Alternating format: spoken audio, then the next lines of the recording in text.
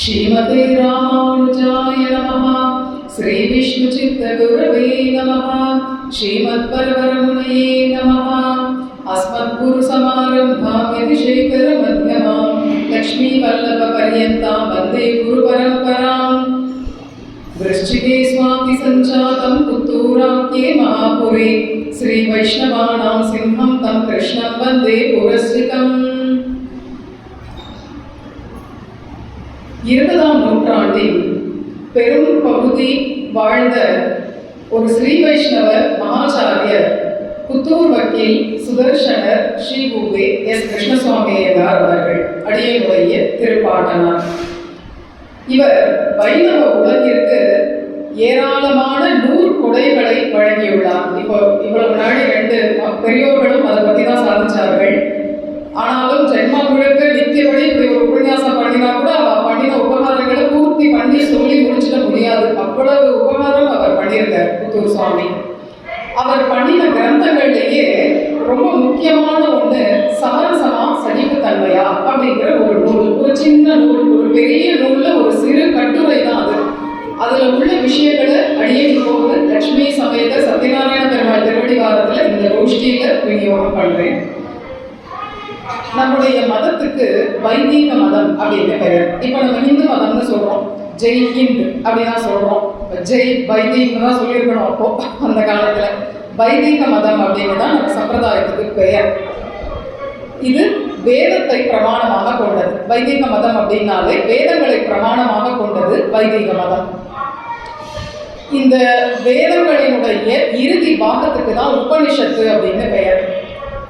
இந்த வேதங்கள் முழுக்க ஆதியோட அந்தம் எந்த விஷயத்தை பத்தி சொல்றதுன்னா, பரவஸ்துனா யார், பரம்பொருள்னா யார், இந்த ஜீவனுடைய தன்மைகள் எப்பேற்பட்டது, இதை தான் முழுக்க வேதம் ஓவரால் ஒரு ஓவர் வியூ அப்படின்னு எடுத்துட்டா இதைத்தான் வேதம் விவரிக்கிறது. இந்த உலகத்தை படைத்து சம்ரக்ஷணம் பண்ணி காத்து இயக்கி வரக்கூடிய பரம்பொருள் என்பவர் யார், இந்த அறிவற்ற உடம்போட பிறந்து மறுபடியும் பிறப்பு இறப்புங்கிற சூழல்ல மாட்டிண்டு இந்த லோகத்துல கஷ்டப்படக்கூடிய ஜீவனுடைய தன்மை எத்தகையது, இதுதான் வேதம் முழுக்க விவரிக்கப்பட்டுள்ள விஷயம். ஆனா நம்மால வேதத்தினுடைய ஹிருதயத்தை புரிஞ்சுக்க முடியாது. சம்ஸ்கிருதம் தெரிஞ்சிருந்தா கூட வேதிக் சான்ஸ்கிரிட்டை புரிஞ்சுக்க முடியாது. அதனால சிலர் மகர்ஷிகள் அவர்கள்லாம் என்ன பண்ணார்கள், வேதத்தினுடைய அர்த்தங்களை தங்களுடைய கிரந்தங்கள்ல இட்டு வைத்தார்கள். இப்ப நமக்கு தமிழ் வேதம், வேதம் தமிழ் செய்த மாறன் சட்டகோபன் ஆழ்வார்கள்லாம் வேத அர்த்தங்களை நமக்கு எளிமையான தமிழ்ல சொன்னார்கள். அதையே வியாக்கியானம் இல்லாம புரிஞ்சுக்க முடியாது. ஆனாலும் மகர்ஷிகள் அந்த வேத அர்த்தங்களை கொஞ்சம் அடுத்தடுத்த தலைமுறைக்கு சுலபமா புரியறாப்புல கிரந்தங்களாக இட்டு வைத்தார்கள். அதுல மனு முதலானவர்கள் ஸ்மிருதிகளை எல்லாம் பண்ணினார்கள். வால்மீகி மகர்ஷி ராமாயணத்தை பண்ணினார். வேதவியாசர் மகாபாரதத்தை அருளி செய்தார். பராசர மகர்ஷி விஷ்ணு புராணத்தை பண்ணினார். சுகபிரம்ம மகர்ஷி பாகவதத்தை பண்ணினார். இப்படி மகர்ஷிகள்லாம் வேத அர்த்தங்களையே கொண்டு நமக்கு காட்டி தந்தார்கள். இந்த வேதங்கள், வேத அர்த்தங்கள் இது முழுவதிலும் சொல்லப்படுற விஷயம் என்னன்னா, புருஷன், நாராயணன், ஹரி, விஷ்ணு இந்த திருநாமங்கள் அவ்வளவாலையும் பிரதிபாதிக்கப்படக்கூடிய எம்பெருமான் ஒருத்தன் இருக்கான். அவன்தான் பரவஸ்து, அவன்தான் பரபிரம்மம், அவன்தான் லட்சுமிநாதன். அவன் இந்த லோகத்தை படைத்து பிரம்மருத்ராதி தேவர்களை எல்லாம் படைக்கிறான். பிரம்மா, ருத்ரன், இந்திரன் எல்லா தேவர்களையும் இங்கேதான் சேவையா இருக்கு. இது மாதிரி பார்த்ததே இல்லை. இந்த கோவில்ல எல்லா தேவர்களும் சேவையாரா. அதுவும் அவாவா வாகனத்தோடைய நல்ல ஆகம பிரதிஷ்டையா இருக்கு, ரொம்ப அழகா. அது வேதத்துல சொல்லப்பட்டிருக்கு. நமக்கு வேதத்தை போய் ஸ்திரீகள்லாம் அதுவும் வாசிக்க முடியாது. இது மாதிரி கோவில்கள்ல ரசிச்சு பார்த்தாதான் உண்டு. அப்படியே நேரம் சேவிச்சுட்டு போனா தெரியாது. கொஞ்சம் நின்று நிதானமா பார்த்தா வேத அர்த்தங்கள் இங்க மூர்த்திகரிச்சிருக்கே அப்படின்னு தெரியாது. அதுபோல பிரம்மா, ருத்ரன், இந்திரன், வாயு, அக்னி, வருணன், குபேரன் இங்க இருக்கக்கூடிய இந்த தேவர்களை எல்லாம் அந்த ஸ்ரீமன் நாராயணன் தான் படைக்கிறார். தன்னுடைய திருநாமங்களையே அந்த தேவர்களுக்கு கொடுக்கிறார். நம்ம கொள்ளு தாத்தா பேரெல்லாம் வச்சுக்கிற மாதிரி அடியனுக்கு கிருஷ்ண கிருபாங்கிற பேரை அடியன் தாத்தா தான் வச்சார். இந்த நேரத்தில் ஸ்மரிச்சுக்கிறேன். ஏன்னா அவருடைய அனுகிரகம் பூர்ணமா இருக்கணும் அப்படின்னு ஆசைப்பட்டே வச்சதா சொன்னான் ஆத்துல. அதனால அவருடைய பேர் கிருஷ்ணசுவாமி. அவருடைய அனுகிரகத்தினாலதான் அடியனுக்கு கிருஷ்ண கிருபானே பெயர் வச்சார். அது சார்த்தமாச்சு அடியனுக்கு இன்றைய தினத்துல. அதுபோல இந்த தேவர்களுக்கெல்லாம் பெருமாள் தன்னுடைய திருநாமங்களையே ஒன்றை கொடுத்து அவர்களுக்குள்ளேயே தான் உள் நுழைந்து நியமித்து அவர்களை எல்லாம் பெரிய காரியங்களை செய்ய வைக்கிறான். அப்படி பண்ணினா கூட மோட்சத்தை தரக்கூடியவன் பகவான் ஸ்ரீமன் நாராயணன் மட்டும்தான். மற்ற தேவர்கள்லாம் இந்த லோக பலன்களை தர வல்லவர்கள். இதுதான் வேதம் முழுக்க சொல்லப்படுற விஷயம். இந்த விஷயத்தை தான் வேதவியாசர் பிரம்மசூத்திரம் முழுக்க எடுத்து காட்டினார். இதே விஷயத்தை தான் பார்த்தசாரதி கீதாச்சாரியன் பகவான் தன்னுடைய கீதை முழுக்க தானே சாதித்தான். இதே விஷயத்தை தான் ராமாயணம், மகாபாரதம், பாகவதம், விஷ்ணு புராணம், மற்ற புராணங்கள்ல எல்லாம் மகர்ஷிகள் அவ்வளவு பேர்களும் காட்டி தந்தார்கள்.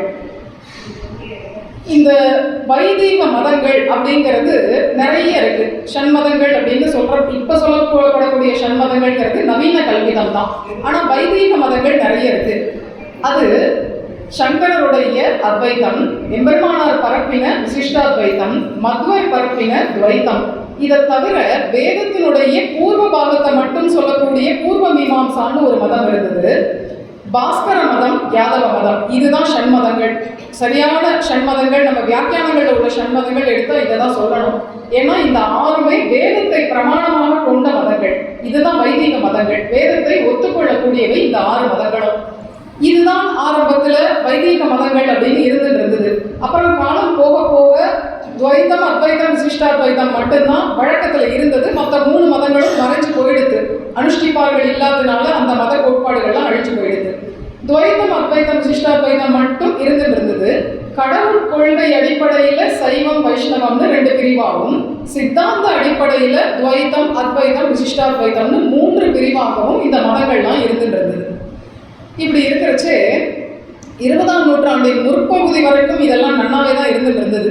ஆனா வெள்ளக்காரர்கள்லாம் நம்ம நாட்டை ஆட்சி பண்றதுக்காக வந்தார்கள். இங்க நன்னா கால ஊனின விட்டு அவர்களுக்கு இங்க ஏகப்பட்ட மதங்கள் இருக்கேன்னு ஒரு குழப்பம். இதுல சரியான புரிதல் இல்லை, ஆழமான அறிவு இல்லை. அதனால இந்த எல்லா மதங்களுக்கும் சேர்த்து ஒரு பெயர் இந்து மதம் அப்படின்னு வச்சார்கள். அதுக்கு முன்ன வரைக்கும் நம்ம தேசத்துக்கே பாரத தேசம்னு தான் பேர் இருந்தது. பாரதியார் பாட்டிலெல்லாம் பார்த்தா கூட பாரத பூமி, பழம்பெரும் பூமி அப்படின்னு தான் வரும். நிறைய பாரதங்கிற பதம் தான் வந்தது. அதுதான் நல்ல அர்த்த புஷ்டியுடைய ஒரு பதம். பா அப்படின்னாலே சூரியன், ரத அப்படின்னா அந்த தேர். அந்த சூரியனை சம்பந்தப்படுத்தி நம்ம இந்திய தேசத்தை சொல்லிட்டு இருந்தோம். நாம இந்தியாங்கிறதுக்கு அந்த அளவுக்கான அர்த்தங்கள் கிடையாது. அது சிந்து நதியை தொடர்புபடுத்தி சொல்லப்படக்கூடிய தேசம் அப்படிங்கிறதுனால இந்தியான்னு இதுக்கு பெயர் வைத்தார்கள். இங்க இருக்கக்கூடிய மதங்கள் அத்தனைக்கும் இந்து மதம் அப்படின்னு ஒரு பெயரை வச்சுட்டார்கள் அவர்களுக்கு புரிதல் இல்லை. இதை பயன்படுத்திட்டு அந்த சுதந்திரம் அடைஞ்ச அந்த சந்தர்ப்பங்கள்ல தோன்றின சில மடங்கள், மட தலைவர்கள், ஆசிரம தலைவர்கள் இவர்கள்லாம் என்ன வச்சுட்டார்கள், எம்மதமும் சம்மதம்ங்கிறது தான் இந்து மதம், இதுதான் ஒரு பொதுவான பிலாசபி அப்படின்னு ஏற்படுத்திட்டார்கள் இந்து மதத்துக்கு. ஆனா நம்ம வைதிக ஆச்சாரியர்கள்லாம் இப்படி காட்டி தரல. எம்மதமும் சம்மதம்ங்கிறத அவர்கள் காட்டல. வைதிக மதமும் கிடையாது, எம்மதமும் சம்மதம்ங்கிறது வைதிக மதமும் கிடையாது. எல்லாத்தையும் வைதிக மதத்துக்குள்ள கொண்டு வரவும் முடியாது. இப்படிப்பட்ட ஒரு சூழ்நிலையில மற்ற மதங்கள்லாம் எம்மதமும் சம்மதம்ங்கிறச்சே மற்ற மதங்கள்லாம் வலுவிழக்க ஆரம்பிச்சிருது. எல்லாம் ஒரு சமரச மதத்துக்குள்ள வரணும் அப்படிங்கிற ஒரு நிர்பந்தத்துக்கு ஆளாகி வலுவிழக்க ஆரம்பிச்சிருது. இந்த சந்தர்ப்பத்துல வைஷ்ணவத்தை பார்த்தா கட்டுக்கோப்பா இருந்தது. ஏன்னா ஆழ்வார்கள், ஆச்சாரியர்கள், எம்பெருமானார் நியமிச்சு 74 சிம்மாசனாதிபதிகள், தீவதேசங்கள், உற்சவாதிகள் அப்படின்னு ஆகமங்கள்னு நிறைய கட்டுக்கோப்பா அழகா வந்துட்டு இருந்தது. இப்படி நம்ம மதங்கள்லாம் அப்படியே பொலன்னு ஆயிடுது. ஆனா வைஷ்ணவம் மட்டும் இன்னும் கொஞ்சம் அந்த உறுதியோட இருக்கே அப்படின்னு சில பேர்கள் அப்ப பார்த்தார்கள். அது எம்ஏ படிச்சுட்டு இருந்த போது சைவ சித்தாந்த துறையில ஒரு செமினார் அட்டன் பண்ண வேண்டிய நிர்பந்தம். செமினார் நான் கேட்பேன், பொதுவாக சாக்கியம் கட்டுறோம், சமணம் கட்டுறோம்னு எல்லாத்துலையும் என்ன சொல்லியிருக்கான்னு தெரிஞ்சுக்கிறதுல எனக்கு ஒரு ஆர்வம் உண்டு. அதனால சைவ சித்தாந்தத்துல செமினார்னா என்ன சொல்றான்னு கேட்டேன். அப்போ ஒரு அம்மா பேசினான். அவ சொன்னா, வைஷ்ணவத்துல ஆழ்வார்கள் மாதிரி சைவத்துல நாயன்மார்கள் எங்களுக்கு கிடைச்சிட்டார்கள். ஆனா வைஷ்ணவத்துல ஆச்சாரியர்கள் மாதிரி எங்களுக்கு சைவத்துல கிடைக்கல. உரையாசிரியர்கள் கிடைக்காதனாலதான் வைஷ்ணவம் அளவுக்கு சைவ சித்தாந்தம் வளர முடியல. வைணவம் இன்னைக்கு இவ்வளவு வளர்ச்சி பெற்று இருக்க காரணம் இந்த உரைகள் தான். ஒரு திருப்பாவை எடுத்துட்டா அதுக்கு 5-6 உரைகள் இருக்கு. அதை தவிர தனித்தனியா வாசிக்கிறதோட அவாவா திகதேச பரமா, எம்பெருமானார் பரமா, அவாவா ஆச்சாரிய பரமா, இப்படி எல்லாம் போயிட்டு இருக்கு. இதெல்லாம் இந்த ராசிக்கியம் பாவத்துக்கு இடம் இருக்கு. இது போல நிறைய கமெண்டேட்டர்ஸ் நமக்கு கிடைச்சா. அது மாதிரி சைவ சித்தாந்த துறையெல்லாம் அமையல. இன்னொன்று நம்முடைய உபய வேதாந்தம், வேதத்தையும் நாம கம்பேர் பண்ணி சொல்றதுனால நிறைய உரை வளங்கள் நமக்கு கிடைச்சது. அது போலலாம் அவளுக்கு இல்லை. இதெல்லாம் அந்த சுதந்திர போராட்ட அரசியல்வாதிகள் ரொம்ப கிளப்பி விட்டோம்னே அது வலுவிழந்து போயிடுது மற்ற மதங்களுடைய கோட்பாடுகள்லாம். ஆனா அப்ப கூட வைஷ்ணவம் கட்டுக்கோப்பா இருந்தது. ஏன்னா இன்னி வரைக்கும் எம்பெருமானார் நியமிச்ச திருமாளிகைகள்லாம் இருக்கு, அதை ஆசிரியச்சுட்டு வரக்கூடிய சிஷ்யாலாம் இருக்கா. ஏதோ ஒரு ஒரு அழகான ஒரு கோட்பாட்டுக்குள்ள அதெல்லாம் நடந்துட்டு தான் வருது. இன்னி வரைக்கும் அது இருந்துட்டு இருக்கு. அதனால வைஷ்ணவம் மட்டும் கட்டுக்கோப்பா இருக்கே அப்படின்னு ஒரு பெரியவர் பார்த்தார். அவர் ஒரு அத்வைத மத தலைவர், சுய ஒழுக்கமும் நல்ல பண்புகளும் பிரசித்தியும் செல்வாக்கும் உடைய ஒரு அத்வைத தலைவர். அவர் 1957 வருஷம் சென்னையில ஒரு மகாநாடு நடத்தினார். அதுல விஷ்ணுவுக்கு தமோ குணம் உண்டு அப்படின்னு ஒரு பிரச்சாரத்தை பண்ண ஆரம்பிச்சார். பொதுஜன பத்திரிகைகளையும் அப்படி எழுத ஆரம்பிச்சிட்டார். அதுக்கு அவர் சொல்லக்கூடிய காரணங்கள் என்னன்னா, வெள்ளை வர்ணம் அப்படின்னா அது சத்வகுணம், சிவப்பு வர்ணம்னா ரஜோகுணம், கருப்பு வர்ணம்னா தமோகுணம். எங்கேயுமே பாருங்க விஷ்ணுவை கருப்பு வர்ணமா தான் பாடியிருக்கார். ஷியாம சுந்தரா மேக ஷியாமா அப்படின்லாம் தான் பாடுறா. ஆழ்வார்களும் சாமவேணி எந்தாய், கண்ணன் என்னும் கருந்தெய்வம், இருளன்ன மாமேனி அப்படின்னு எங்கேயுமே கருப்பு நிறமுடையவனா தான் சொல்றார்கள். அதனால விஷ்ணுவுக்கு தமோ குணம், அவர் எப்ப கருப்பா இருப்பாரோ அவருக்கு தமோ குணம் உண்டு அப்படின்னு அவர் பிரச்சாரம் பண்ண ஆரம்பிச்சிட்டார். சரி, இதெல்லாம் பிரமாணம் என்ன? அது எப்பவுமே பிராமணிகர்கள் என்ன பிரமாணம்னு கேட்பான். இதுக்கு என்ன பிரமாணம் அப்படின்னா, ஸ்காந்த புராணத்துல சூத சம்ஹிதையும் ஒண்ணு இருக்கு, அதுதான் இதுக்கு பிரமாணம் அப்படின்னு அந்த பெரியவர் சொல்லிட்டார். அப்போ என் தாத்தா கிளம்பி எப்பவுமே வேதாத்து சாஸ்திரம் பரம் நாஸ்தி, வேதம் தான் முக்கிய பிரமாணம், வேதத்தை மிஞ்சி எது எதிராக பேசினாலும் அதை ஒத்துக்கிறதுக்கு இல்லை, வேதத்துல சொல்லியிருக்கா அப்படின்னு கேட்கறது தான் பெரியோர்கள் வழக்கம். வேதம் என்ன சொல்றது, ரஜச பராகே தமச பரஸ்தாத் அப்படின்னு எல்லாம் புருஷ சூக்தத்துல வேத பாவம், அதுல தமசுக்கும் ரஜசுக்கும் அப்பாற்பட்டவன் எம்பெருமான், எல்லா பாபங்களுக்கும் அப்பாற்பட்டவன்கிறதுனாலதான் தஸ்ய ஊத்தியதி நாமகா அப்படின்னு சாந்தோக்கியம் சொல்றது. அதே போல மைத்ராயணி உபனிஷத்து, ஸ்வேதாஸ்வத்தர உபனிஷத்து, சதபத பிராமணம், இன்னும் பாத்ம புராணம், லிங்க புராணம், வராக புராணம், விஷ்ணு புராணம், பாகவதம், எல்லா நம்மளுடைய புராணங்கள், இதிகாசங்கள், ராமாயணம், பாரதம் எதை எடுத்து பார்த்தாலும் விஷ்ணுவுக்கு தமோகுணம்னு எங்கேயுமே சொல்லலை. பிரமாண பூர்வமா இதை நம்ம ஒத்துக்க முடியாது. எங்கேயோ மூளையில இருக்கிற ஒரு துர்பலமான பிரமாணத்தை பிடிச்சிட்டு பிரபல பிரமாணங்களை நிரசிக்க கூடாது. எது பிரமாண வலிமை எதுக்கு அதிகம் இருக்கோ அதை தான் எடுத்துக்கணுமே ஒழிய இந்த இன்டர்போலேஷன்ஸை வச்சுட்டு நாம பிரபல பிரமாணங்களை தள்ளக்கூடாது அப்படின்னு பொதுவாக நிர்ணயம் பண்ணினார் புத்தூர் சுவாமி. அதே சமயம் அவர் இன்னொரு கேள்வியும் கேட்டார். இந்த நிறங்கள்ங்கிறது முக்குணங்களுக்கு ஒரு குறியீடு தான். மூல பிரகிருதி அறிவற்றது, அதற்கு இந்த நிறங்கள்ங்கிற குணங்களே கிடையாது. அப்படிங்கிறச்ச இது ஒரு குறியீடு தான் நிறம்ங்கிறது. சத்துவகுணத்தினுடைய குறியீடு வெள்ளை வர்ணம், ரஜோகுணத்தினுடைய குறியீடு சிகப்பு வர்ணம், தமோகுணத்தினுடைய குறியீடு கருப்பு வர்ணம் அப்படின்னு தான் எடுத்துக்கணுமே ஒழிய இதை கொண்டு நாம வெள்ளையா இருக்கிறதெல்லாம் சத்வகுணம், சேப்பா இருக்கிறதெல்லாம் ரஜோகுணம், கருப்பா இருக்கிறதெல்லாம் தமோகுணம்னு எடுத்துட்டா என்ன ஆயிடும், வெள்ளைக்காரெல்லாம் வெள்ளை வெள்ளையர்னு இருக்கான், ஃபாரின்காரெல்லாம் வெள்ளை வெளுப்பா இருக்கா, ஒன்றும் கிரீம் பூசிக்கல, ஒன்றும் ஃபேஷியல்லாம் பண்ணிக்கல, நல்லா வெளுப்பா இருக்கா, அவெல்லாம் நல்லவா, வெள்ளையா இருக்கிறவன் பொய் சொல்ல மாட்டான், சத்வகுணம் அவெல்லாம் அப்படின்னு எடுத்துக்கிற மாதிரி ஆயிடும். இங்க இந்தியாவில் இருக்கிறவா கொஞ்சம் மாநகரமா இருக்கிறவாலாம் ரஜோகுணம், நல்ல கரையில் கண்ணக்கரையில் இருக்கிறவாலாம் தமோகுணம் அப்படின்னு அர்த்தம் பண்ற மாதிரி ஆயிடும். இதை நாம எடுத்துட்டோம்னா, இந்த ஸ்காந்த புராண பிரமாணத்தை எடுத்துட்டா இந்த மாதிரி அர்த்தங்கள்லாம் பின்னாடியே சேரும். அதனால இதை எடுத்துக்க கூடாது. இது ரொம்ப பிரத்யட்சத்துக்கே இது முரண்பாடா இருக்கு, இது தப்பு. இன்னொன்று, இங்கேயே நல்லா கருப்பா இருப்பா, ஆனா மனசு ரொம்ப சுத்தாத்மாவா இருப்பா. வெளியில அங்கத்தை வச்சு யாரையும் never judge a book by its cover அப்படின்னு இப்பெல்லாம் சொல்றாளே, புஸ்தகத்தை அட்டை வச்சிருந்து உள்ள என்ன இருக்குன்னு முடிவு பண்ணாதீங்க, படிச்சு பார்த்தாங்க தெரியும். அது மாதிரி வெளியில கருப்பா இருப்பா, கொஞ்சம் சுமாரா இருப்பா, ஆனா உள்ள விஷய காம்பீரியம் அவ்வளவு இருக்கும், நல்ல சுத்தாத்மாவா இருப்பா. அதே சமயம் நல்ல வெள்ளை வெள்ளையர்ந்து இருப்பா, மனசு பூரா அழுக்கா குப்பை தொட்டியா இருக்கும். அதனால நிறத்தை வச்சு நாம குணத்தை முடிவு பண்ண முடியாது. நீங்க கருப்பா இருக்க மகாவிஷ்ணு அதனால உங்களுக்கு தமோகுணம்னு சொல்ல முடியாது. சரி, அப்படியே எடுத்துட்டா கூட புராணங்கள்ல, விஷ்ணு புராணத்துல நமக்கு யுக வர்ணம் பகவானுக்கு சொல்லியிருக்கு. ஒவ்வொரு யுகத்துக்கும் ஒரு ஒரு வர்ணம் அப்படின்னு எம்பெருமானுக்கு சொல்லியிருக்கு. அப்படி பார்த்துட்டாலும் பாலின் நீர்மை, செம்பன் நீர்மைன்னு ஆழ்வார்கள் சொல்றாப்ல, கிருதயுகத்துல நல்ல பால் சுக்ல வர்ணமா வெள்ளை வர்ணமா விஷ்ணுவே இருக்கார். அப்ப கிருதயுகத்துல அவருக்கு தமோகுணம்ங்கிறது நீங்க சொல்ற பிரமாணம் ஒத்து போகலையே. அதே மாதிரி திரேதாயுகத்துல நல்ல பொன்னிறமா இருக்கார், துவாபர யுகத்துல பசுமை வர்ணமா இருக்கார், கலியுகத்துல கார்வண்ணமா இருக்கார் அப்படின்னு புராணங்கள் சொல்றது. இதை வச்சு நிறங்கள் ஒரு குறியீடை ஒழிய இதை வச்சு எம்பெருமான நாம அளக்க கூடாது அப்படின்னு நிறைய பிரமாணங்களை இது போல அவர் எடுத்து காட்ட விஷ்ணுவுக்கு தமோகுணம் உண்டுங்கிறது கொஞ்சம் குறைய ஆரம்பிச்சது. அதுலேருந்து என்ன தெரியுது, மறுப்பு தெரிவிக்கணும். எனக்கு என்ன வந்தது அப்படின்னு பண்ணிட்டு இருந்தா என் தாத்தாவே அடிக்கடி சொல்றது, தூங்கினவன் தொடையில் திருத்த மட்டும் லாபம் அப்படிங்கிற. திண்ணையில படுத்து ஒரு தூங்கிட்டே இருக்கான். இப்ப பாரு, கயிறு தெரிக்கிறவன் பார்த்தான், நமக்கு ஒரு பாதாக்கள் வேணும், இவனும் தூங்கு முடிஞ்சு பொழுதுலையும் தூங்குறான், இவன் தொட சும்மா தான் கிடக்கு, அதில் வச்சு வச்சு திரிக்க ஆரம்பிச்சுட்டான்.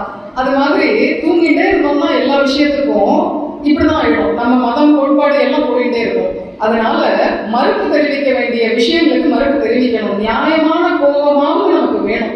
நாம அப்படியே ரஜோகுணத்தோடு பெருசா அகங்காரப்பட வேண்டாம். தேவையான கோபம் நமக்கு வேணும் அப்படிங்கிறத இவர் பிரமாணபூர்வமாகவும் காட்டினர். இவர் சொன்ன லாஜிக் ரீதியிலையும் இதை மறுத்து எடுத்துக்காட்ட அப்போ விஷ்ணுவுக்கு தமோகுணம் உண்டுங்கிற உளறல் கொஞ்சம் குறைஞ்சது. ஏன்னா ஜனங்களுக்கு புரிய ஆரம்பிச்சிருது இந்த பிரச்சாரம் தப்பு அப்படிங்கிறது. இது ஒரு பக்கம். இப்போ இந்த சந்தர்ப்பத்துல அவர் 2 நூல் எழுதினார். சாத்விக விஜயம், சாத்விக விஜய சந்தேக பரிகாரம் அப்படின்னு 2 நூல் இதை ஒட்டி அவர் எழுதினார். அதுல ஒரு போர்ஷன் கட்டுரை தான் இந்த சமரசமா சகிப்புத்தன்மையாகிறது. அதுல அவர் பல விஷயங்களை ரொம்ப அறிவுபூர்வமா சிந்திச்சு எழுதியிருக்கார். என்னன்னா, வேற்றுமையில் ஒற்றுமை காண்றதுங்கிறது எப்படின்னு சொல்றாரு. அதாவது நம்முடைய வேதங்களுக்கும் சாஸ்திரங்களுக்கும் நம்ம கிட்ட ரொம்ப கிருபை உண்டு, தீர்க்க தரிசனம் உண்டு. கர்மத்தை அடிப்படையாக கொண்ட வேற்றுமைகள்ங்கிறது தான் உலகத்துல சகஜம். எங்கேயுமே வேறுபாடு சகஜம். அந்த வேற்றுமைக்குள்ள நாம எப்படி ஒற்றுமையை காணலாம்னு தான் பார்க்கணுமே ஒழிய, வேற்றுமைகளை எல்லாம் அழிச்சுட்டு எல்லாத்தையும் ஒண்ணாக்குறது சமரசமாக்குறதுங்கிறத பண்ண முடியாது. இயற்கையின் நியதிங்கிறதே வேற்றுமை தான். ஏன்னா இப்ப ஏழை பணக்காரன், எஜமானன் தொண்டன், வெள்ளையா இருக்கிறவன் கருப்பா இருக்கிறவன், புத்திசாலியா இருக்கிறவன் மக்கா இருக்கிறவன் அப்படின்னு வேற்றுமைகள் இந்த உலகத்துல சகஜம். அதனால இதை கொண்டு நாம பயப்படக்கூடாது, இதை புரிஞ்சுக்கணும், இதுல சகிப்புத்தன்மையை வளர்த்துக்கணும் அப்படிங்கிறதுக்காக வேதமும் சாஸ்திரங்களும் நமக்கு வேற்றுமையை நிறைய இடங்கள்ல காட்டி தருது. எங்கன்னா, முதல்ல வேதங்களை 4ஆ பிரிச்சுது. வேற்றுமையே கூடாது, எல்லாம் ஒன்னா இருக்கலாம்னு வைக்கல.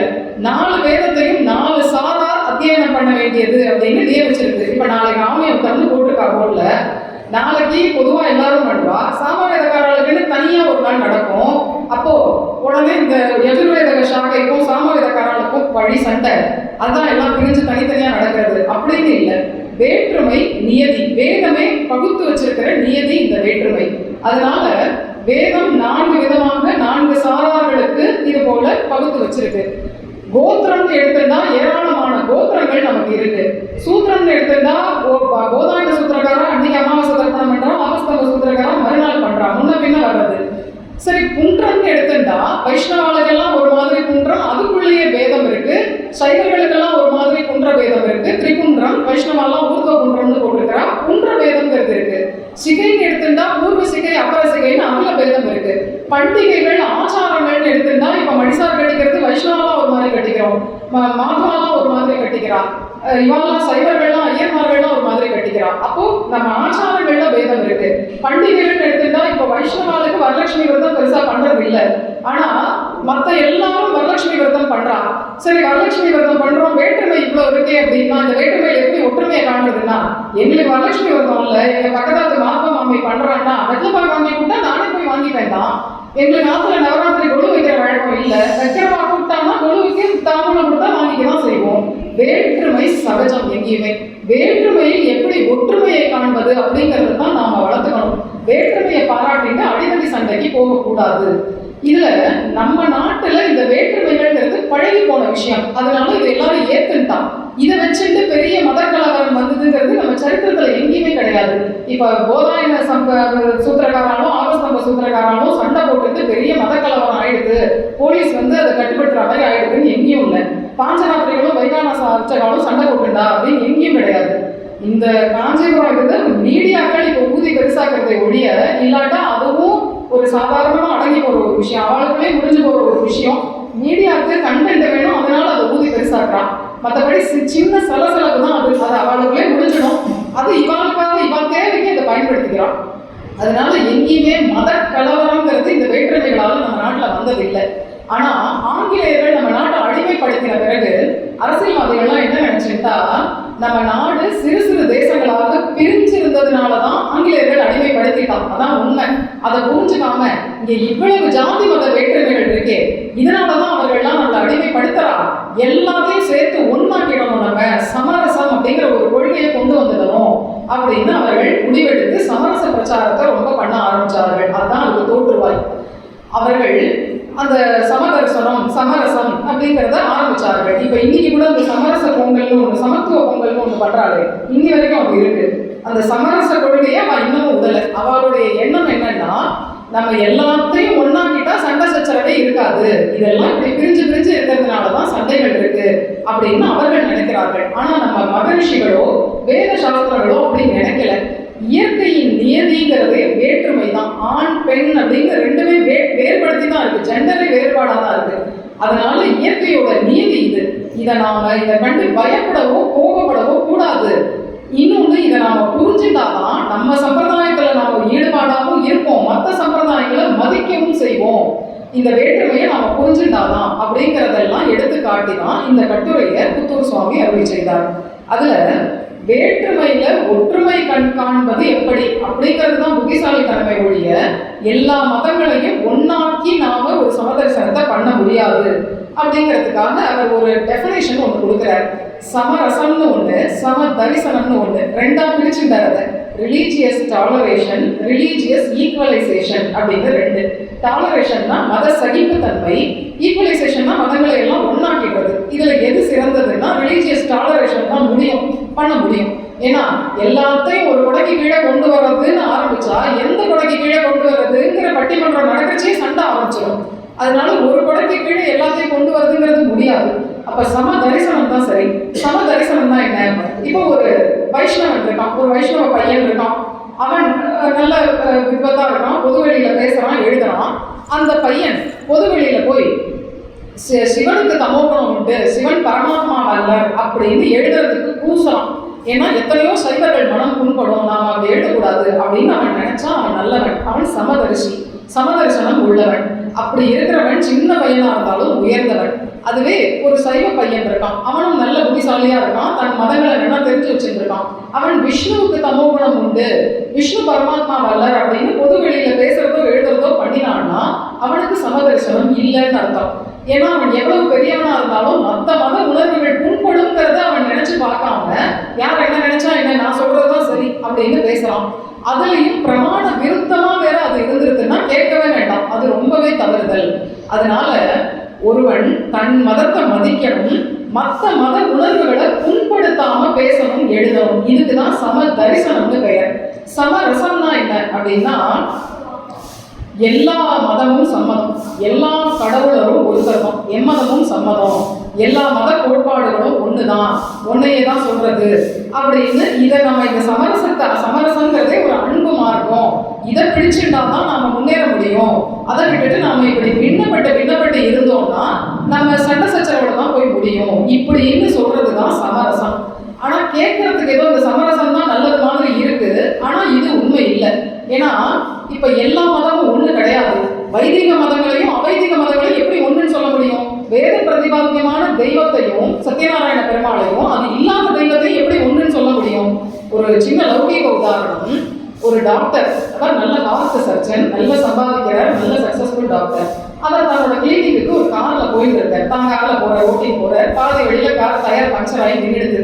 ஃபோன் பண்ணி மெக்கானிக் கூப்பிடுறாரு, மெக்கானிக் வரான். உடனே அவன் ஒன்றும் பெரிய பிரச்சனை இல்லை சார், அந்த டயர் ஏதோ வால்வு போயிடுது, அதை மாத்தினா போதும், ஒரு 4 மணி 1/2 மணி வெயிட் பண்ணும்போது மாற்றி கொடுக்குறேங்கிறான். வெயிட் பண்றாரு. அப்ப அவன் மாத்திட்டே வெட்ட பேச்சு கொடுக்குறான். டாக்டர் சார் பாருங்க, என் தலையெழுத்த நீங்களும் வால்வை தான் மாத்துறீங்க, நானும் வால்வை தான் மாத்துறேன், நீங்க வாங்குற சம்பளத்தை நான் வாங்க முடியுமோ அப்படின்னு அவன் கேட்கறான்.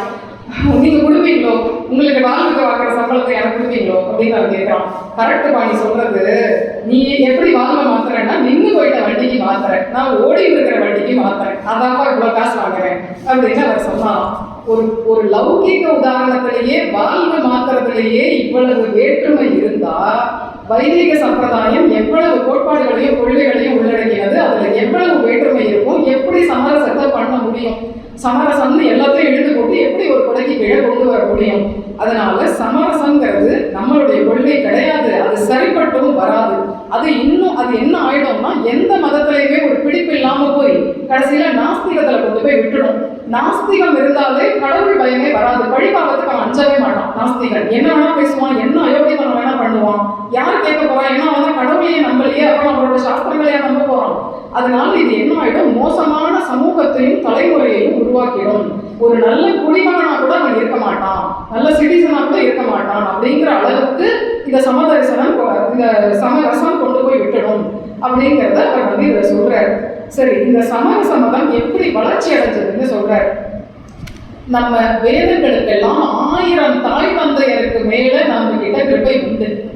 எப்படி இந்த மனிதர்களுக்கெல்லாம் நிறைய குண வேற்றுமைகள் இருக்கோ அதற்கு தகுந்த தெய்வத்தை ஆசிரியக்கணுங்கிறதுக்காக தான் ஏராளமான தெய்வங்களை நம்ம சாஸ்திரங்கள் காட்டி தருது. நம்ம இந்து மதம் எப்பவுமே வைதிக மதம் ஒத்த தென்னை மரம் கிடையாது. அந்த மனமதிய அந்த கிறிஸ்துவ மதங்கள்லாம் ஒத்த தென்னை மரம், ஒத்த பனை மரம். ஆனா இது வந்து ஆழ விருட்சம், ஒரு சேனையே வந்தாலும் தங்கலாம். நிறைய விழுது, நிறைய கிளை, நிறைய இலை, யார் எத்த பிடிச்சுன்னு ஏற முடியுமோ ஏறுவோம் அப்படின்னு நமக்கு இடம் கொடுக்கறது. ஏன்னா பலதரப்பட்ட குணமுடைய மனிதர்கள் இருக்கா, அப்ப தெய்வங்களும் அப்படி இருக்கணும். இப்ப ராமர் பக்தி கிருஷ்ண பக்தின்னு எடுத்துட்டா கூட ராம பக்தி பண்றவாளை பார்த்தா ஒரு ஸ்ட்ரைட் ஃபார்வர்டா இருப்பா, ரொம்ப சத்தியம் தர்மம்னு சின்சியரா இருப்பா, அப்படி பேசுறவாளா இருப்பா. இதுவே கிருஷ்ண பக்தி பண்றவாளை பார்த்தா ஜாலிவாளவா இருப்பா. அந்த கேரக்டர் அந்த தெய்வத்தை தான் தேடும், அப்படிதான் இருக்கும். கொஞ்சம் நல்ல மங்களகரமான ஸ்திரீகளா இருந்தா போய் தாயார் ஆண்டாள்னு சுத்திட்டு இருப்பா. இது மாதிரி சுபாவம் அப்படிதான் இருக்கும். அதனால யாருக்கு எது இயல்பான குணமோ அதுக்கு தகுந்த தெய்வத்தை தான் நாம போய் தேடுவோம். அப்படிங்கிறதுனால வேதம் பலவேறு தெய்வங்களை அந்தந்த குணமுடைய மனிதர்களுக்காக தான் நமக்கு காட்டி தந்திருக்கு. அப்படிப்பட்ட வேதமே இவ்வளவு தெய்வங்களுக்கும் ஆதி தேவன் ஒருத்தன் இருக்கான். அவர்தான் லட்சுமி நாராயண பெருமாள். அவர்தான் பரவஸ்து பரபிரம்மம். ரஜசு தமசுகளுக்கெல்லாம் அப்பாற்பட்டவர், அந்த தோஷங்களே இல்லாதவர், பாபங்களுக்கெல்லாம் அப்பாற்பட்டவர். அவர்தான் பிரம்மருத்ரர்களை சிருஷ்டி பண்ணினார். எல்லா லோகங்களையும் அவர்தான் சிருஷ்டி பண்றார். ஆனால் அந்த பிரம்மருத்ராதி தேவர்களுக்கு இந்த ரஜசு தமசுங்கிற தோஷங்கள்லாம் உண்டு. அவர்கள் கர்மவசப்பட்டவர்கள் அப்படின்னு இதையெல்லாம் இதே வேதமே தான் சொல்றது. ஸ்ருதி வாக்கியங்களை இவ்வளவையும் சொல்றது. இப்படி சொல்லக்கூடிய இந்த ஸ்ருதி வாக்கியங்கள் இப்படியெல்லாம் பலவேறு தேவதைகள் பலவேறு குணமுடைய மனிதர்களுக்காக தான் ஏற்பட்டிருக்கா அப்படிங்கறதையெல்லாம் சொல்றது. இப்போ இப்படிப்பட்ட இந்த ஸ்ருதி வாக்கியங்களே பரம சத்வமூர்த்தி ஸ்ரீமன் நாராயணன் தான் அப்படிங்கிறதையும் காட்டி தர்றது.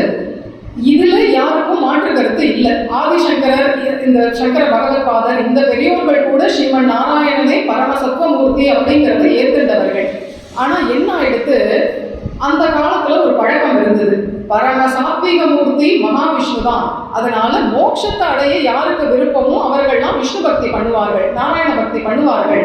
இந்த லோக பலன்களை அடையணுங்கிறதுல யாருக்கு விருப்பமோ அவர்கள்லாம் ராஜச தாமச தேவதைகளை வழிபடுவார்கள் அப்படின்னு ஒரு பழக்கம் பண்டைய காலத்துல இருந்தது. ஏன்னா இவர்கள் ராஜச தாமச குணங்களுடையவர்கள், கர்மவசப்பட்டவர்கள், இந்த லோக பலன்களை தரக்கூடியவர்கள், அவரும் மோட்ச பரியந்தம் தரக்கூடியவங்கிறதுனால இந்த பாகுபாடு அப்ப இருந்தது. இது முதல்ல பேசாம போயிட்டு இருந்தது. நாள் போக போக என்ன மாதிரி ஆரம்பிச்சிருக்கு, மற்ற தேவர்கள்லாம் நீங்க கும்பிடுற சுவாமி எல்லாம் ராஜச தாமச சுவாமி, அவர்கள்லாம் இந்த லோக பலனை தான் தருவா, ஆனா அடுத்த லோகத்துக்கும் பலனை தரக்கூடியவர் மகாவிஷ்ணு தான் அப்படிங்கிற மாதிரி சில பேச்சுக்கள் கிளம்ப ஆரம்பிச்சிருக்கு. எதுவுமே ஒரு விஷயத்த ஒருத்தர் பேசும்போது அதை கேட்டுட்டு இன்னொருத்தர் பேசும்போது இன்னும் கொஞ்சம் கண்டுக்காத மூக்கு வச்சு பேசிடுவான். அது மாதிரி அதுவே வேற விதமா பழக ஆரம்பிச்சிருக்கு, சொல்லாடல் வர ஆரம்பிச்சிருக்கு. அப்போ சில பேருக்கு இது மன சங்கடத்தையும் மன கொதிப்பையும் உண்டு பண்ணிடுது. ஏன்னா அந்த தேவதைகளை கும்பிடுறவாள்லாம் நம்ம தேவதை வந்து ராஜச தாமச தேவதை இவெல்லாம் சொல்றாளேன்னு மன சங்கடமும் மன கொதிப்பும் ஏற்பட்டது. அப்போ ஒரு கொள்கை கிளம்பிச்சு, மும்மூர்த்திகளும் ஒண்ணுதான், பிரம்மா விஷ்ணு ருத்ரன் மும்மூர்த்திகளும் ஒண்ணுதான் ஒரு கொள்கை அப்ப கிளம்பிட்டு. இதை ஆரம்பிச்சவர்களுக்குள்ள எல்லாம் தலைவர் யாருன்னா மகாகவி காளிதாசன். பரம சிவபக்தன் மகாகவி காளிதாசன் மும்மூர்த்திகளும் ஒண்ணு அப்படின்னு தன்னுடைய கிரந்தங்கள்ல எழுத ஆரம்பிச்சார். அதற்கு பிறகு சங்கர பகவத்பாதர் நிர்விசேஷ சின்மாத்திர பிரம்மவாதம் அப்படின்னு ஒரு கொள்கையை ஏற்படுத்தினார். அது என்னன்னா, எல்லா சரீரங்களும் எம்பெருமானுக்கு, எல்லா பொருட்களும் இந்த லோகத்துல எம்பெருமானுக்கு சரீரமா இருக்கு, எல்லா நாமங்களும் எம்பெருமானுக்கு வாசக சப்தமா இருக்கு, எல்லா சப்தங்களும் எம்பெருமானை குறிப்பிடுவனமாக இருக்கு, எல்லாம் ஒன்று வேதத்துல அங்கங்க சொல்லப்படுறது, அதனால எல்லா தெய்வமும் ஒண்ணுதான் அப்படின்னு இவர்கள் இதை இப்படி தங்களுக்கு ஏற்ற மாதிரி இன்டர்பிரேட் பண்ணிட்டார்கள். இப்படி பண்ணின உடனே அவர்களுக்கு ஒரு சின்ன ஆறுதல் கிடைச்சது.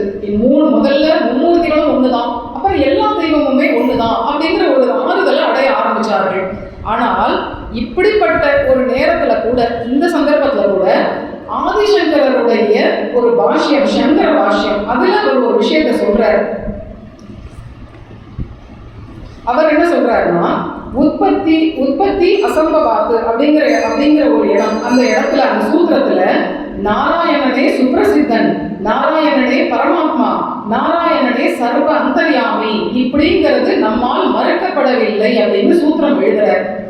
இவர்கள் இவ்வளவு பேர்களுக்கும் ஒரு சில கிரந்தங்கள் ரொம்ப முக்கியமான பிரமாணமா இருந்தது. அது ராமாயணம், மகாபாரதம், ஸ்மிருதிகள், மனு முதலானவர்கள் பண்ணின ஸ்மிருதிகள், ஸ்ருதி வாக்கியங்கள், மேலும் புராணங்கள், அதை விட முக்கியமா பகவத்கீதை, சகஸ்ரநாமம், இது எல்லாம் இவர்களுக்கு ஒரு முக்கியமான பிரமாணமா இருந்தது. இதுல கீதைக்கு உண்டான பிரமாணம் ரொம்ப அதிகம். கீதைக்கு ஏராளமான பாஷைகள்ல டிரான்ஸ்லேஷன் வந்திருக்கு. இன்னி வரைக்கும் இந்த காலத்திலையும் கீதைக்கு டிரான்ஸ்லேஷன் நிறைய வந்திருக்கு. நூற்றுக்கணக்கான மத தலைவர்கள் அதுக்கு வியாக்கியானமும் பண்ணியிருக்கார்கள். இதை சுவாமி தேசிகரே தன்னுடைய ஒரு நூல்ல சொல்ற கீதா பாஷ்ய தர்மஸ்லோக தாத்பரிய ரத்னாவளின்னு அவருடைய கிரந்தம், கீதையினுடைய வியாக்கியானம், தாத்பரிய சந்திரிகை. அதுல இந்த கீதைக்கு, பகவானுடைய கீதாச்சாரியனுடைய கீதைக்கு நூற்றுக்கணக்கான மத தலைவர்கள் வியாக்கியானம் பண்ணியிருக்கார்கள். அப்படின்னாலும் அவ்வளவு பேர்களும் பல்வேறு கருத்துக்கள்ல மாறுபடுவார்கள். ஆனாலும் அவ்வளவு பேர்களும் ஒத்துக்கிற ஒரே விஷயம் என்னன்னா, ஸ்ரீமன் நாராயணனை பரபிரம்மம். இதுல யாருமே மாற்று கருத்தை சொல்லல. அவ்வளவு பேர்களும் இதை எழுதி கையெழுத்து போட்டிருக்கார்கள் அப்படின்னு அவர் தன்னுடைய வியாக்கியானத்துல இதை குறிப்பிடுறார். இப்படி ஆதிசங்கரும் தன்னுடைய சங்கர பாஷ்யத்துல நாராயணனே பரமாத்மா சர்வ அந்தர்யாமிங்கிறத நான் மறுக்கலைன்னு சொல்லியிருக்காரு. சரி, இவருடையவே கீதா பாஷ்யமும் இருக்கு, சங்கர பாஷ்யம், கீதா பாஷ்யம் இருக்கு, சகஸ்ரநாம பாஷ்யம் இருக்கு. இதுல எல்லாம் இவர் எங்கேயாவது ருத்ரன் சர்வ அந்தர்யாமி பரமாத்மா சர்வாத்மான்னு சொல்லியிருக்காரான்னு பார்த்தா ஒரு இடத்துல கூட அப்படி சொல்லலை. அப்போ இவரும் மகாவிஷ்ணுவையே சகுண பிரம்மமாக கொண்டிருந்தார் அப்படிங்கிறது தெரியாது. அதனால என்ன ஆச்சு, வைஷ்ணவர்களுக்கெல்லாம் அந்த காலத்துல வேதமே பரம பிரமாணம், சைவர்களுக்கெல்லாம் சைவ ஆகமமும் சைவ புராணங்களும் பரம பிரமாணம் அப்படின்னு இருக்குது. இது பொய்யாழ்வாருடைய முதல் திருவந்தாதி அரண் நாரணன் நாமம் அப்படிங்கிறதுல ரொம்ப விரிவா சொல்லப்படுறது. அதாவது வைஷ்ணவர்கள்லாம் வேதத்தை கொண்டு விஷ்ணு பரத்துவத்தை ஸ்தாபிக்கிறார்கள், சைவர்கள்லாம் சைவ ஆகமங்களை கொண்டு விஷ்ணு பரத்துவத்தை ஸ்தாபிக்கிறார்கள் அப்படின்னு சொல்லப்படுறது. ஆனால் அந்த காலத்துல வைதிக சைவர்கள் கூட விஷ்ணு பரத்துவத்துக்கு ஆட்சேபம் பண்ணல, அவர்களே விஷ்ணு பரத்துவத்தை ஏற்றுண்டார்கள். இது எதுவரையிலும் நடந்தது அப்படின்னா, ஸ்ரீகண்டர் அப்பைய தீட்சிதர்னு ரெண்டு பேரும் பிறக்கிற வரைக்கும் இது ஒரே மாதிரி தான் இருந்தது.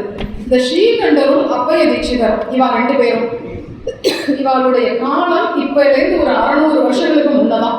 அப்போ இந்த உள்ளடி வேலை நடந்ததெல்லாம் ஒரு 600 வருஷம் ஆகும். அதுக்கு முன்ன வரைக்கும் இது ஒரே மாதிரி தான் வந்து இருந்தது. விஷ்ணு பரத்துவத்தை சைவர்கள் கூட ஆட்சேபம் பண்ணல. ஆதிசங்கர பகவத்பாதரே தன்னுடைய பாஷ்யத்துல நாராயணனே பரமாத்மான்னு நான் ஏத்துக்கிறேன், மறுக்கலைன்னு சொல்லியிருக்காரு. அப்படிங்கிறச்சு இந்த கூச்சல் குழப்பங்கள் வர ஆரம்பிச்சது ஒரு 600 வருஷமா தான். இவர்களுக்கு இந்த மும்மூர்த்திகளும் ஒண்ணு, எல்லா தெய்வமும் ஒண்ணுங்கிற ஆறுதல்ல திருப்தி ஏற்படலை.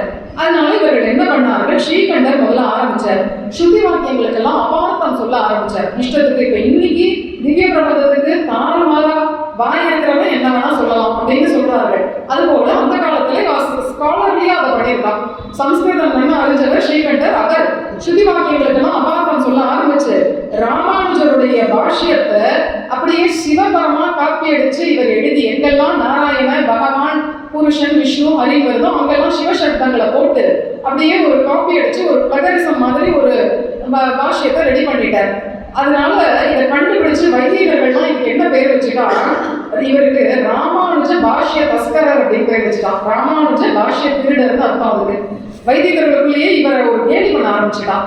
ஆனாலும் இதற்கு அப்பைய தீட்சிதர் சிவார்க்கமணி தீபிகை அப்படின்னு ஒரு வியாக்கியானம் வேற பண்ணார். இந்த திருட்டு பாஷ்யத்துக்கு இவர் பண்ணின வியாக்கியானம் சிவார்க்கமணி தீபிகை அப்படின்னு ஒரு விவரணம் அதுக்கு எழுதி வச்சார். இதுல இவர் என்னெல்லாம் அபார்த்தம் பண்ணினாருங்கிறதுக்கு ஒரு சில சாம்பிள் கொடுக்குறாரு புத்தூர் சுவாமி. தத் விஷ்ணோகோ பரமம் பதம் சதா பஷ்யந்தி சூரியகா பிரசித்த பிரமாணம். இதுக்கு அந்த பரமான பதத்துல பகவான் மகாவிஷ்ணுவை நித்திய சூரியர்கள்லாம் எப்போதும் பார்த்துட்டு இருக்கா, அனுபவிச்சுட்டு இருக்கா, இதான் அர்த்தம். இவர் என்ன அர்த்தம் எழுதினார், விஷ்ணுவை காட்டிலும் மேலானது சிவபதம் அப்படின்னு எழுதினார். நாராயண பரம் பிரம்ம தத்துவம் நாராயண பரமானு பிரசித்த பிரமாணம். இவர் அதுக்கு என்ன எழுதினார், நாராயணனை காட்டிலும் மேலான சிவனை பிரம்மம் அப்படின்னு எழுத ஆரம்பிச்சிட்டார். இப்போ வைஷ்ணவர்கள்லாம் கேள்வி கேட்டான், சிவனாருக்கு வேதத்துல தாழ்ந்து சொல்லக்கூடிய சில இடங்கள் வருது, அப்ப அதுக்கு என்ன சொல்றீங்கன்னா அந்த சிவன் வேற, எங்க பரமசிவன் வேற அப்படின்ட்டான். இப்பயும் அப்படி இருக்கு. இந்த மாதிரி ஏதாவது இதை எடுத்துட்டு வேத வாக்கியம் அப்படி சொல்றது இருப்பான்னா சிவன் வேற பரமசிவன் வேற, சிவன் வேற ருத்ரன் வேற. இப்ப நம்ம நாராயணன் வேற சத்யநாராயணன் வேறங்க முடியுமா? நாராயணன் வேற மகாவிஷ்ணு வேறங்க முடியுமா? அது மாதிரி சொல்ல ஆரம்பிச்சுட்டான். அந்த சிவன் வேற எங்க பரமசிவன் வேறன்னு குயுக்திவாதமா பண்ண ஆரம்பிச்சுட்டான்.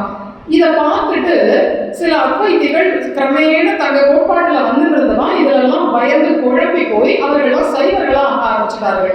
ஏன் வந்துட்டு அவர்கள்லாம் சைவ மதத்துல போயிட்டார்கள். ஆனா அத்வைத மதம்ங்கிறது ஆதிசங்கரருடைய அவர் உண்டாக்கினது, அவர் பரப்பினது அத்வைத மதம். ஆனா இவர்கள்லாம் இந்த குழப்பத்தினால பல பேர்கள் சைவர்களா ஆயிட்டார்கள். அப்ப புத்தூர் சுவாமி என்ன எழுதுறார், காளிதாசனால் விதை விதைக்கப்பட்டு அப்பைய தீட்சிதரால் நீரூற்றி வளர்க்கப்பட்டு அரசியல்வாதிகளால் நன்கு போஷிக்கப்பட்டதுதான் இந்த சமரச மதங்கிற செடி. இது என்ன எடுத்து எல்லா மத பயிர்களையும் அழிக்கக்கூடிய சமரச மத காடாக விஷ விருட்சமாக இன்னைக்கு வளர்ந்து நிற்கிறது. இன்னைக்கு நம்ம நன்னா அதோட ஃப்ரூட் அனுபவிக்கிறோம், அந்த விஷக்கனி அதோட ஃப்ரூட் அனுபவிக்கிறோம். எங்க பாரு சமரச விருந்து, சமரச பொங்கல், சமத்துவ பொங்கல் இப்படிதான் இருக்கு. இது என்ன ஆயிடும்னா நாஸ்திகத்துல கொண்டே விட்டுரும், எதுலையுமே ஒரு உறுதி இருக்காது. அதுக்கும் அவர் ஒரு உதாரணம் சொல்றாரு. என்னன்னா இப்போ ஒரு பாதையில போனாதான் ஒரு உறுதி இருக்கும். கிழக்க போகணுங்கிறவங்க கிழக்க போகணும், மேற்கு போகணுங்கிறவங்க மேற்கு போகணும். ரெண்டுத்துலையும் காலை வச்சா பத்திரப்பாய் நடுவழியில நிற்க வேண்டியதான். ஒரு இடத்துலையும் டிராவல் பண்ணவே முடியாது.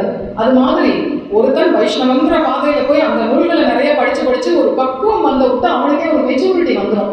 நம்ம மதத்திலையும் உறுதியா இருக்கணும், மற்ற மதங்களையும் மதிக்கணும், யாரையும் நோக்கடிக்க கூடாது அப்படிங்கிற உறுதி வரும். அதே போல ஒரு சைவன் தன் மத நூல்களை படிச்சு அதுல ஒரு மெச்சூரிட்டி வந்து நல்ல கிரவுண்ட் ஒர்க் வேணும். இன்னைக்கு சின்ன சின்ன குழந்தைகள்லாம் மேடை ஏறுது, இதுங்களுக்கு என்ன கிரவுண்ட் ஒர்க் இருக்கு?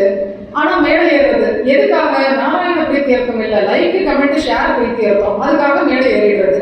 அவங்களுக்கு என்ன ஃபண்டமெண்டல் இருக்கும், என்ன அடிப்படை இருக்கும், என்ன ஒரு கிரவுண்ட் ஒர்க் பண்ணியிருப்பா, அப்படியே ஜெராக்ஸ் தான், இமிடேஷன். பெரிய உபன்யாசங்களை பார்த்து ஸ்கிரிப்ட் அப்படியே எடுத்துட்டு எழுதி வச்சு அப்படியே பைவாட் பண்றது, அப்படியே ஒப்பிக்கிறது, அந்த மாதிரி பண்ண ஆரம்பிக்கிறது. இதெல்லாம் என்ன ஆயிடும்னா ஒரு உறுதி இருக்காது அந்த மதத்துல. யாராவது கேள்வி கேட்டாங்கன்னா திரும்ப முடிக்க வேண்டியதுதான். பதில் சொல்ற அளவுக்கு அந்த ஸ்டஃப் இல்லை, ஏன்னா அந்த கிளாஸஸ் அட்டன் பண்ணல. அதனால இது என்ன ஆயிடும், ஒரு உறுதி இல்லாம போயிடும். இதுவே ஒரு சைவ பையன் தன் மதத்துல நன்னா பழகி அதெல்லாம் படிச்சு ஒரு பக்குவம் வந்த விட்டு மேடை ஏறினான்னா தன் மதத்தையும் ஸ்தாபிப்பான், மற்ற மதத்தையும் அறுக்க மாட்டான், வேற இருக்க மாட்டான், அதையும் மதிப்பான். அப்படிப்பட்டவனா இருப்பான். அதுக்கும் ஒரு சின்ன உதாரணம் சொல்றாரு. அதாவது இப்போ ஒரு வைஷ்ணவ பையன்கிட்ட நாம எப்படி வைஷ்ணவ குழந்தைகளை வளர்ப்போம், திருப்பாவை சந்த திருவ சொல்லு, திவ்ய பிரபந்தம் அப்படின்னே தான் வளர்த்துன்னு போவோம்.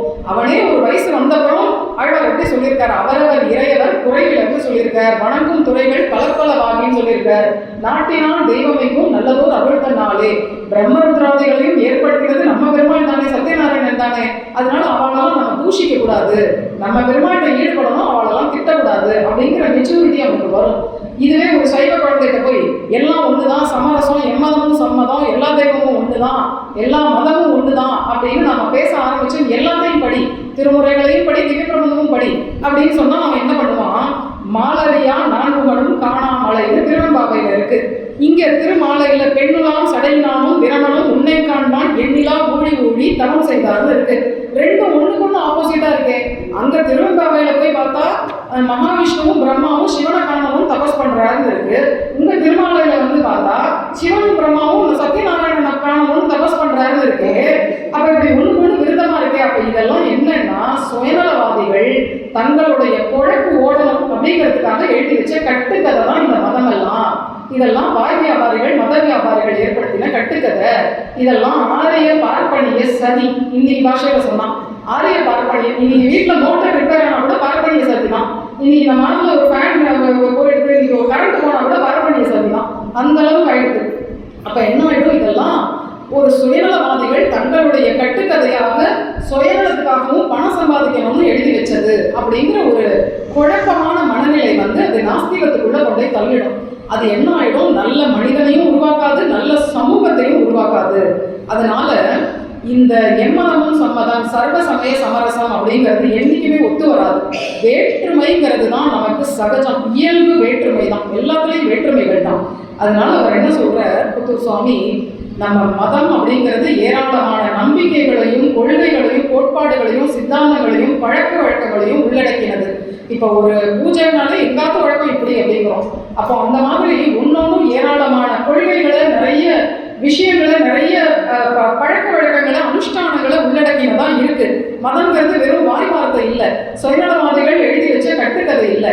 சான்ஸ்கிரிட் இப்போ இன்னைக்கு சொல்ற மாதிரி இன்னைக்கு எப்படின்னா தமிழ் தகராறு, சான்ஸ்கிரிட் பிடிக்காது, இங்கிலீஷ் வராது. ஆக மொத்தம் பாஷையை வச்சுட்டே இன்னைக்கு இத்தனை நடக்கிறது. அதனால இவன் அந்த காலத்துல இந்த பார்ப்பனியர்கள்லாம் சான்ஸ்கிரிட்டை வச்சுட்டு எழுதி வச்ச கட்டுக்கதை இதெல்லாம் சுயநலவாதிகளோட வேலை அப்படின்னு எல்லாம் இல்லாம அந்த மாதிரி ஒரு புத்தி வர ஆரம்பிச்சிடும் ஜனங்களுக்கு. அந்த குழந்தைகளுக்கு சின்ன வயசுலேயே எம்மதமும் சம்மதம், திருமுறையும் படி, திவ்யப்பிரபந்தமும் படி அப்படின்னு குழப்பி அடிச்சா அவளுக்கெல்லாம் இதை முன்ன பின்ன முரண்பாடா இருக்கிறத பார்த்துட்டு இதுல ஒரு அவநம்பிக்கை வந்துடும். அது நாஸ்திகத்துல கொண்டு போய் விட்டு அவ வாழ்க்கையிலையும் முன்னேற விடாம, சமூகத்திலையும் முன்னேற விடாம துர்மார்க்கத்துல கொண்டு போய் தள்ளிடும். கடைசியில யாரோ ஒரு துக்கிரியோட பழகிட்டு கண்ணாபின்னா லைஃப்லயே அவன் செதறி போயிடுவான். நல்ல ஒரு ஜீவனாவும் இருக்க மாட்டான், நாட்டுக்கு நல்ல பிரஜையாவும் இருக்க மாட்டான். சமரச மதத்துல இவ்வளவு ஆபத்து இருக்கு. அதனால புத்தூர் சுவாமி கடைசியா சாதிக்கிறது, பகவான் படைத்தது இந்த வேற்றுமைகள். இவ்வளவு வேற்றுமைகளும் வேதத்துல ஆரம்பிச்சு நம்மளுடைய ஸ்ருதி ஸ்மிருதி எல்லாத்துலயும் இவ்வளவு வேற்றுமைகள் இருக்கே, இது எல்லாம் எம்பெருமானை படைத்தது. பகவான் படைத்த வேற்றுமைகளை மனுஷர்களால நீக்கிட முடியாது. அதனால இந்த வேற்றுமைகளை எல்லாம் அழிச்சுட்டு எல்லாத்தையும் சமரசமாக்கணும்னு நினைக்காம வேற்றுமைகளுக்குள்ள எப்படி ஒற்றுமையை வளர்த்துக்கிறது, சண்டை சச்சரவு போடாம சகிப்புத்தன்மையோடு இருந்து தன் மதத்திலையும் உறுதியா இருந்து மற்ற மதங்களையும் மதிக்கிறது எப்படின்னு கத்துக்கிறது. இதை தான் நாம தெரிஞ்சுக்கணும். இதுதான் புத்தூர் சுவாமி சாதித்த சமரசமும் சகிப்புத்தன்மையும். அவர் காட்டின ரீதியில இதை நாம அபியாசம் பண்ண ஆரம்பிச்சோம்னா இது நமக்கே இந்த பர்ஸ்பெக்டிவ் ரொம்ப உயர்ந்ததா இருக்கு. ஏன்னா ஞானிகளா தத்துவ தரிசனமான ஞானிகள் தான் ஒரு விஷயத்தை எப்படி பார்க்கணும்னே சொல்லி தருவா. பண்டிதாக சமதர்ஷினாக வித்வான்கள் நல்லா படிச்சவாளுக்கு தான் இதை எப்படி அணுகணும், எப்படி மிஸ்இன்டர்பிரேட் பண்ணாம புரிஞ்சுக்கணும் அப்படிங்கிறதையே சொல்லி தருவா. அது மாதிரி சாதித்தவர் புத்தூர் சுவாமி. அவருடைய ஏராளமான நூல்கள் இது ஒரு சின்ன பாகம். கிடைத்த அவகாசத்துக்கு தகுந்த மாதிரி இந்த கோஷ்டியில அடியை விண்ணப்பித்தேன். இவ்வளவு நேரமும் பொறுமையா சரீர சமத்தையும் பொருட்படுத்தாம அமர்ந்திருந்து கேட்ட அவ்வளவு பேர்களுக்கும் கிருதஜ்ஞதைகளை சமர்ப்பித்துக் கொண்டு தலை கட்டுகிறேன். பிருந்தா